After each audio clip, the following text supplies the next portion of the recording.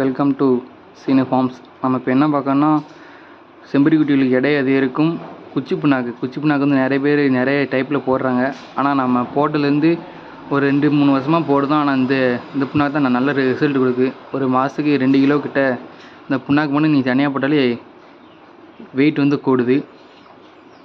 இந்த புண்ணாக்கோட ப்ரைஸ்ன்னு பார்த்தீங்கன்னா, இப்போது நம்ம ஏரியாவில் வந்து 50 கிலோ புண்ணாக்கு வந்து 1500 கிடைக்கி. ஒரு ஏரியாலும் ஒரு டிஃப்ரெண்ட்டாக விலை வந்து சேஞ்ச் ஆகும். இந்த கோத்ரிச்சி இந்த புண்ணாக்கு வந்து எப்படின்னா, குட்டி திங்கிற மாதிரி நல்லா பொடிசாக நல்லா சேவு கணக்கு இருக்குது. இது வந்து டைப் 1. கோத்ரிச்சிலேயும் டைப் 1.